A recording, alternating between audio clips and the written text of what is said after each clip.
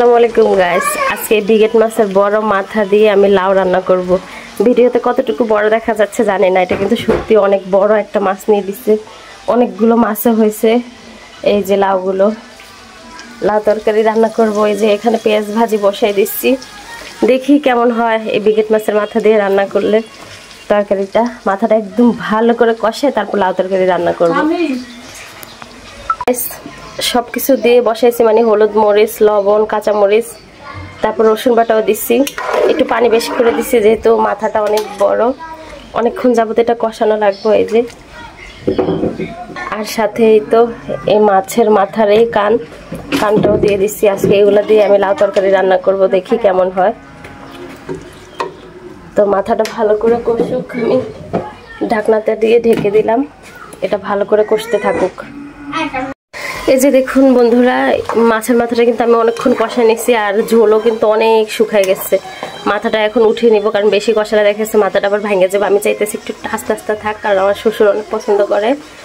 তো এই যে মাছের মাথাটা উঠিয়ে এখানে প্লেটে রেখে দিলাম, আর এখন লাউগুলো দিয়ে রাখবো। লাউগুলো তো সে কখন কেটে আমি ধুয়ে রাখছি। বিসমিল্লাহ। জানি না আজকে লাউ তরকারি কেমন হয়, বিগেট মাছের মাথা দিয়ে প্রথম রান্না করছি। চিংড়ি মাছ হইলে হয়তো বা ভালো হতো, তাই না? চিংড়ি মাছ অনেকদিন হয়েছে অবশ্য নিয়ে দেয় না, দেখি কেমন হয় আজকে লাউ তরকারি। তো অনেকগুলো লাউ, এখন তো নাড়াচাড়া দিতে পারবো না, তো আমি ঢাকনাটা দিয়ে ঢেকে দেই। একটু নরম হলে তারপর লাড়া দেব।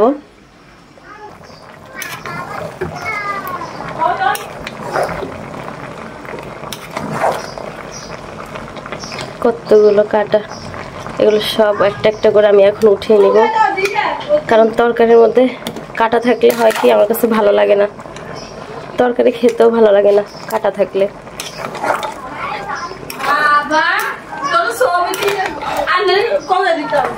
আমলকি দেখি, আমার চাচি শাশুড়ির গাছের আমলকি, আরো বড় হবে অবশ্য, কিন্তু খেতে কিন্তু অনেক মজা আছে। এই যে আরো একটা কাটা।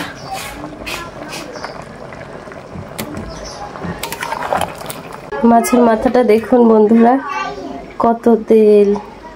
এই জিনিসটা নাকি খেতে মজা, কিন্তু মাছের মাথা একটুকু খাইতে পারি না আমি আসলে। তো তরকারিটা লাড়া দিচ্ছি, এখন আবার ঢাকনাটা দিয়ে ঢেকে দিলাম। এই যে বন্ধুরা, লাউ তো অনেকখানি সিদ্ধ হয়ে আসছে, আর একটু হবে তরকারি। তো এই পর্যায়ে আমি এই তো দুটো টমেটো কেটে দিলাম। টমেটো ছাড়া কিন্তু কোনো তরকারি মজা লাগে না।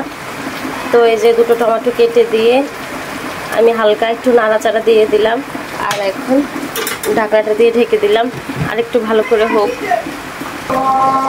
আমার লাউ তরকারি অলরেডি কমপ্লিট বন্ধুরা। এই যে মাছের মাথাটা যে উঠিয়ে রাখছি, এখন তরকারির সাথে দিয়ে দিলাম। আর একটা জিনিস খেয়াল করছেন কিনা আমি জানি না, লাউ তরকারির মধ্যে কিন্তু এখনো একটুকু আমি ঝোল দেইনি, সব এই লাউ তরকারির থেকে বের হয়েছে পানি। এখন হালকা পরিমাণ আজান দিয়ে দিচ্ছে, এখন আমার তরকারিটা হয়নি, আজকে দেরি হয়ে গেছে।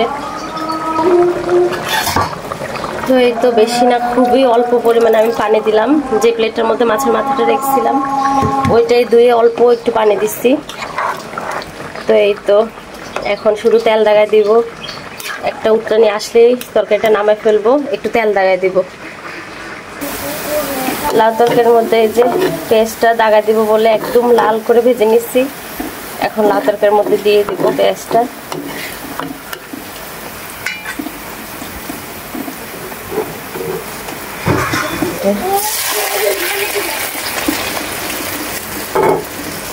এই যে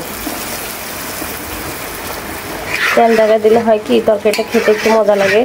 আর আরেকটা জিনিস খেয়াল করছেন কিনা, পাতিল থেকে কিন্তু আমি আরেকটা পাতিলে ঢেলে নিয়েছি তরকারিটা। এই যে এখন বলুন তো তরকারির কালারটা কেমন আসছে, আর লাউ তরকারিটা কেমন হয়েছে সবাই আমাকে কমেন্টে জানাবেন। আর সবাইকে শুভ দুপুর, সবাই ভালো থাকুন, আল্লাহ হাফেজ।